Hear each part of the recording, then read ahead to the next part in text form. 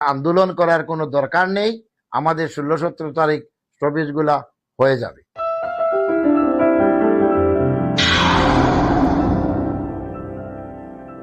আমাদের দূরপাল্লা ট্রেনের ব্যাপারে 2-4টা কথা আমি আমার সমষ্টির জনসাধারণের স্বার্থে বলতেছি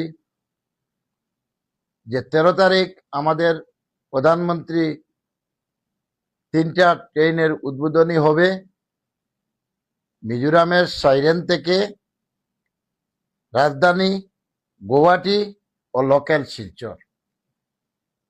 যেমনে সেই খবরটি চাউর হয়েছে, আমার হাইলাকান্দি জেলা তথা কাটলিছড়া সমষ্টির জনসাধারণের মধ্যে একটা বিভ্রান্তির সৃষ্টি হয়েছে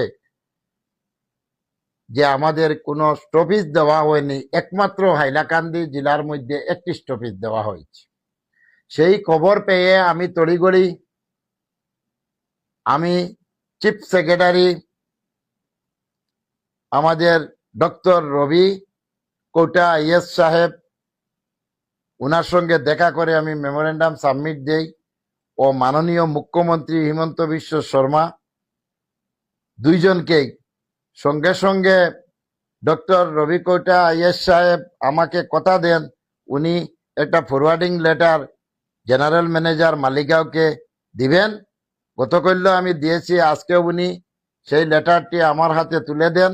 আমি নিজে মালিগাঁওয়ে জেনারেল ম্যানেজার CK শ্রীবাস্তব, খুবই ভালো মানুষ, ওনার সঙ্গে দেখা করে সম্পূর্ণ স্টপেজের ব্যাপারে আমি আলোচনা করি। 2-3 দিন থেকে আমার সমষ্টিতে জামিরা, কাটলিছড়া, লালা, বিভিন্ন NGO সংস্থা, জনসাধারণ, ছাত্রছাত্রী প্রত্যেকেই যে আন্দোলনমুখী প্রতিবাদ করে যাচ্ছে যে আমার সমষ্টির 100 কিলোমিটারের ভিতরে যেটা আসাম মিজোরাম সীমান্তবর্তী সমষ্টি, সেখানে কোনো স্টপেজ রাখা হয়নি, একমাত্র হাইলাকান্দিতে স্টপেজ দেওয়া হয়েছে। আজকে জামিরা রেল স্টেশনে আমরণ অনশন চলছে। খবর পেয়ে আমি এই লেটার নিয়ে জেনারেল ম্যানেজারের সঙ্গে দেখা করি। উনি সঙ্গে সঙ্গে আমাকে কথা দেন যে 13 তারিখের শিডিউল সব রেডি হয়ে গেছে, মাননীয় প্রধানমন্ত্রী মহোদয় উদ্বোধনী করবেন, আর 13 তারিখ পরে 16-17 তারিখের ভিতরে আমাদের জামিরা, কাটলিছড়া, লালা 3টা স্টপেজের ব্যবস্থা করে দিবেন। কিন্তু রাজধানীতে সম্ভব নয়। রাজধানীর ক্ষেত্রে উনি বলেছেন হাইলাকান্দিতে থাকবে, আর লোকাল যেটা শিলচর আগে থেকে চলছে সেটা সেরকমই চলবে। তাই আমি সঙ্গে সঙ্গে আমাদের সার্কেল অফিসার কাটলিছড়ার, উনি জামিরা রেল স্টেশনের আমরণ অনশনে ছিলেন, উনার সঙ্গে আমি CK শ্রীবাস্তব জি, যিনি জেনারেল ম্যানেজার, রিকোয়েস্ট করে উনাকে টেলিফোনে আমার সার্কেল অফিসারের সঙ্গে কথা করে দেই যে 16-17 তারিখের ভিতরে আমাদের স্টপেজগুলা খুলে যাবে, কোনো অসুবিধা হবে না। আর আমাদেরই দরকার যে আসাম রাজ্যের আমাদের রাজধানী দিসপুর, গুয়াহাটি, সেখানে আমাদের আসা যাওয়ার ব্যবস্থা হলে হবে।